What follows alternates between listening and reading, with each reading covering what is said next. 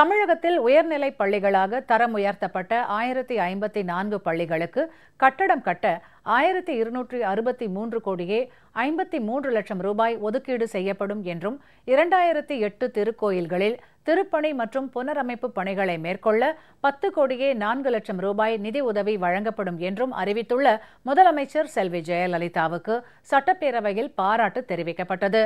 இதேபோல் பால் மற்றும் மீன்கள் உற்பத்தி பெருகவும் கிராமப்புற பொருளாதாரம் மேம்பாடு அடையவும் 306 கோடி ரூபாய் மதிப்பிலான பல்வேறு திட்டங்களை அறிவித்துள்ளதற்காகவும் முதலமைச்சருக்கு பாராட்டு தெரிவிக்கப்பட்டது. உலகளாவிய கல்வியானாலும் தமிழன் பெறுவதற்கு, அவன் ஆய்வதற்கு, அறிவதற்கு நான் துணை நிற்பேன். நான் அதற்கு எல்லா வகையிலும் உகந்த நடவடிக்கைகளை, திட்டங்களை வகுத்துக் கொண்டே இருப்பேன். அவன் கல்வி பெற வேண்டும். அந்த வகையிலே புரட்சித் தலைவி அம்மா அவர்கள் இன்றைக்கு ஏராளமான நலத்திட்டங்களை இந்த மாமன்றத்திலே அளித்திருக்கிறார்கள். அறநிலையத்துறையும் ஆன்மீகத்துறையும் கையில் எடுத்து மக்களுக்கு மட்டுமல்ல, நம்முடைய இலக்கியம் சொல்கிற மாக்கள், மிருகங்கள், செடி கொடிகள், மீன், விலங்குகள் என இவைகளுக்கெல்லாம் கூட மக்களுக்கு மட்டுமல்லாமல் மாக்களுக்கும் நலன் திட்டு தந்திருக்கிறார் புரட்சித் தலைவி அம்மா அவர்கள். ஒரு ஆற்றல் எப்போது பேராற்றல் ஆகிறது என்றால் அது பெருமக்களுடைய ஆற்றலாக்கப்படுகிற போதுதான். புரட்சித் தலைவி அம்மா அவர்கள் பேராற்றலின் பேரொளியாய் இன்றைக்கு தமிழகமே ஆற்றல் மிகுந்த ஒரு சமூகமாய் மலர வேண்டும்.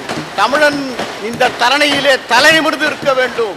தமிழருக்கு ஒரு தனி சிறப்பு வேண்டும் என்பதற்காக இன்றைக்கு வழங்கியிருக்கிற இந்த திட்டங்களை வாயார வாழ்த்தி பாராட்டி நன்றி கூறி அமைகிறேன். 39 அரசு துவக்க பள்ளிகளை புதுசாக உருவாக்கி, துவக்க பள்ளிகளை நடுநிலை பள்ளிகளாக தரம் உயர்த்தி, நடுநிலை பள்ளிகளை உயர்நிலை பள்ளிகளாக தரம் உயர்த்தி, உயர்நிலை பள்ளிகளை மேல்நிலை பள்ளிகளாக தரம் உயர்த்தி, அந்த மாணவ செல்வங்கள் வாழுகின்ற வசிப்பிடங்களிலேயே உயர்ந்த கல்வியை, தரமான கல்வியை, அறிவு சார்ந்த கல்வியை பெற வேண்டும் என்பதற்காக புரட்சி தலைவி அம்மா அவர்கள்தான் இந்த 4 ஆண்டுகளிலே தமிழகத்திலே கல்வித்துறையில் இதுவரை கண்டிராத மறுமலர்ச்சியை, புரட்சியை செய்திருக்கிறார்கள். ஒரு ஆட்சி சிறந்த ஆட்சியாக வேண்டும் என்றால் தெய்வத்துடன் கூடிய ஆட்சி இருக்க வேண்டும் என்ற நல்ல சிந்தனையோடு மாண்பு முதல்வர் அவர்கள் இந்து சமயத்துறை, இந்து அறநிலைத்துறைக்கு நிறைய 7 அறிவிப்புகளை அறிவித்திருக்கிறார்கள்.